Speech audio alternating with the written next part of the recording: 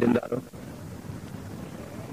سب سے پیشتر ہمارے آقا نامدار امام زمان مالک دو جہان نور خدا بن برحق نور مولانا شاہ کریم الحسینی حاضر امام کے مبارک نام پہ صلوات پڑھیے۔ اللہم صلی علی محمد و آل محمد۔ اوصاف علی بگفتن ممکن نیست،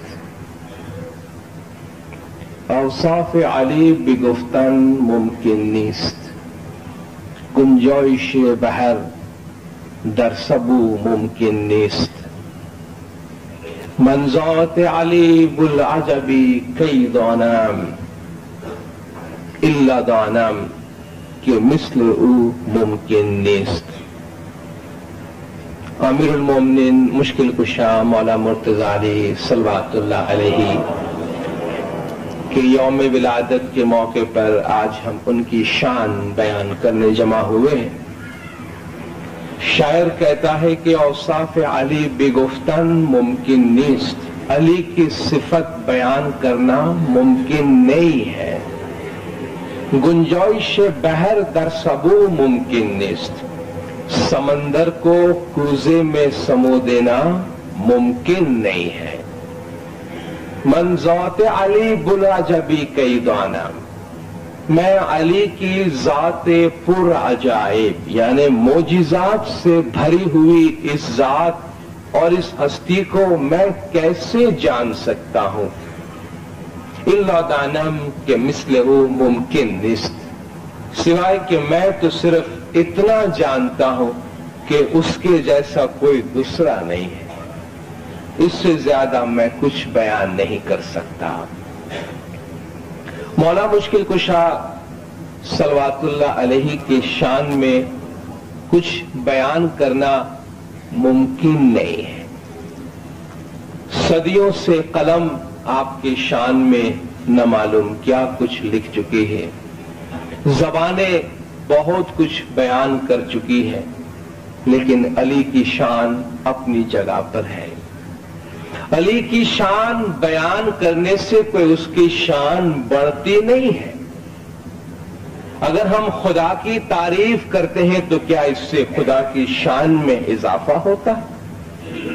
اگر ہم کہتے ہیں اللہ اکبر تو کیا ہمارے اللہ اکبر کہنے سے اللہ پہلے سے زیادہ بڑا ہو جاتا ہے؟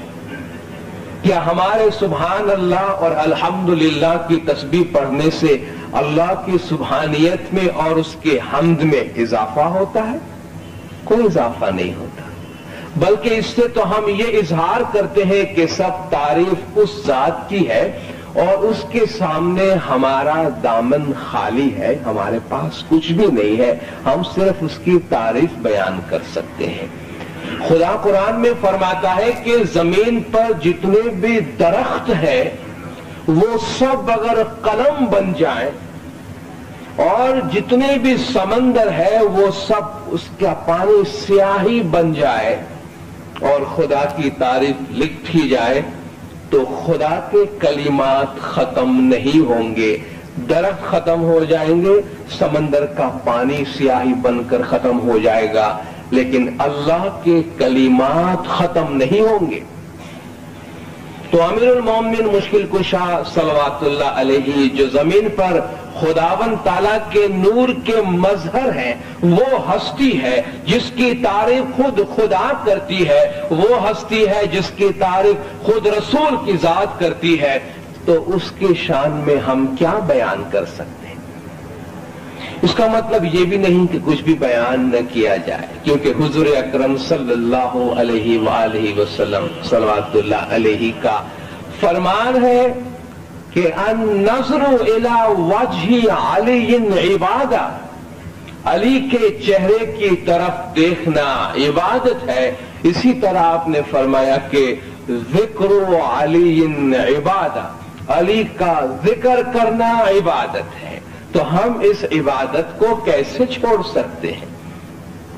علی کا ذکر، علی کی یاد، علی کی تعریف ہماری عبادت کا حصہ ہے۔ تو آج اس یوم کے اس دن کی مناسبت سے ہم مولا مشکل کشا صلوات اللہ علیہ کی ذات کی تھوڑی سی تعریف ہماری طاقت کے مطابق، ہماری بساط کے مطابق تھوڑا سا ذکر ان کا کریں گے، تاکہ ہماری تھوڑی سی عبادت اور ہو جائے جو مولا کی بارگاہ میں قابل قبول ہو۔ اللہ تبارک و تعالیٰ نے جب سے یہ دنیا پیدا کی ہے، اس وقت سے زمین پر جو پیغمبر خدا نے بھیجے، اس میں 6 بڑے پیغمبر آئے ہیں۔ پہلے میں مولا مشکل کشا صلوات اللہ علیہ کی اسماعیلی فلسفے میں اور اسماعیلی تاریخ میں جو مقام ہے وہ بیان کروں گا، اس کے بعد ہم آگے دوسری باتیں کریں گے۔ اس میں 6 بڑے پیغمبر آئے ہیں جو صاحب شریعت ہیں، یعنی جو اللہ کی شریعت بنی نوع انسان کے واسطے لے آئے ہیں۔ ان 6 بڑے پیغمبروں کو ناطق کہتے ہیں۔ ناطق سے مراد ہے بولنے والا، اور بولنے والے سے مراد یہ ہے کہ وہ زمین پر بسنے والے لوگوں کے واسطے اللہ کی کتاب یا اللہ کی شریعت، اللہ کا قانون لاتا ہے۔ اور ہر صاحب شریعت پیغمبر کے ساتھ، یعنی ہر ناطق کے ساتھ اس کا جانشین ہوتا ہے، جس کو وصی کہتے ہیں یا اساس کہتے ہیں۔ اس وصی یا اساس سے اس کے سلسلے میں سلسلہ امامت چلتا ہے۔ تو پہلے ناطق حضرت آدم تھے، ان کے ساتھ ان کا جانشین اور اساس حضرت شیس علیہ السلام تھے۔ دوسرے ناطق حضرت نوح علیہ السلام تھے، ان کے ساتھ ان کے اساس حضرت سام علیہ السلام تھے۔ تیسرے ناطق حضرت ابراہیم علیہ السلام تھے، ان کے ساتھ ان کے جانشین اور اساس حضرت اسماعیل علیہ السلام تھے۔ چوتھے ناطق حضرت موسیٰ علیہ السلام تھے، ان کے جانشین اور اساس حضرت ہارون علیہ السلام تھے۔ پانچویں ناطق حضرت عیسیٰ علیہ السلام تھے، اور ان کے ساتھ ان کے اساس، ان کے جانشین حضرت شمعون علیہ السلام تھے۔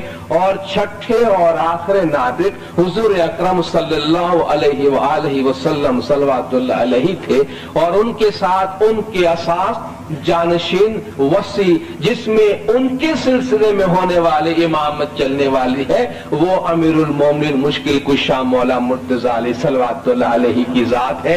اور یہ جو خدا نے قرآن میں فرمایا کہ ان ربکم اللہ الذی خلق السماوات والارض فی 6 ایام ثم استوى علی العرش، کہ تمہارا پروردگار وہ ہے جس نے 6 دن میں زمین اور آسمان پیدا کیا، پھر عرش پہ بیٹھ گیا۔ یہ ہے خدا کے 6 دن جس میں خدا نے دین کے یعنی روحانیت کے زمین و آسمان پیدا کیے ہیں۔ یہ ظاہری زمین و آسمان کے بارے میں خدا کا فرمان ہے کہ انما اذا اراد شیئا فانما یقول له کن فیکون۔ اس کا ارادہ ایسا ہے جب کسی چیز کے بارے میں اسے تخلیق کرنا چاہتا ہے تو کہے ہو جاتے وہ ہو جاتی ہے، جب ہو جا کہنے سے ہو جاتی ہے تو پھر 6 دن میں زمین آسمان پیدا کرنے کا کیا مطلب؟ تو اس سے خداوند تعالیٰ کا عالم دین ہے، روحانیت کا جہان ہے، جو خدا نے 6 دن میں یعنی 6 ناطقوں کے دور میں جس کی تخلیق کی، اور 7ویں دن خدا عرش پہ بیٹھا، یعنی خدا نے اپنے نور کا ظہور فرمایا۔ تو ہمارا طریقہ یہ کہتا ہے کہ جس طرح شروع سے ہر پیغمبر کے ساتھ اس کا جانشین رہا، اسی طرح خاتم النبیین کے ساتھ بھی اس کا جانشین رہا۔ ہمارا دین، ہمارا مذہب، ہمارا طریقہ یہ ہے کہ ہدایت کا جو سلسلہ ازل میں شروع ہوا وہ حضور پہ آ کے ختم نہیں ہوا، بلکہ حضور کے بعد بھی مولا علی علیہ الصلوۃ والسلام کے سلسلے میں جاری رہا اور آج تک جاری ہے۔ جب بھی اپنے مذہب کے بارے میں کوئی بات ہو، جب بھی اپنے مذہب کو سمجھنے کی بات آئے، جب بھی اپنے مذہب کے بارے میں کوئی سوال ہو، تو اس نقطے کے بغیر اس پہ غور و فکر نہیں کیا جا سکتا. ہم دوسروں کے حوالے سے اپنے آپ کو نہیں پہچانیں گے. ہماری شناخت یہ ہے کہ ہم نے شروع سے امامت کو اپنایا ہے اور ہمارا طریقہ امام کی ہدایت کے مطابق چلتا رہا، اور ہمارے امام اولین یعنی کہ اساس بنیاد امامت امیر المومنین مشکل کشا مولا مرتضی علیہ صلوات اللہ علیہ کی ذات ہے.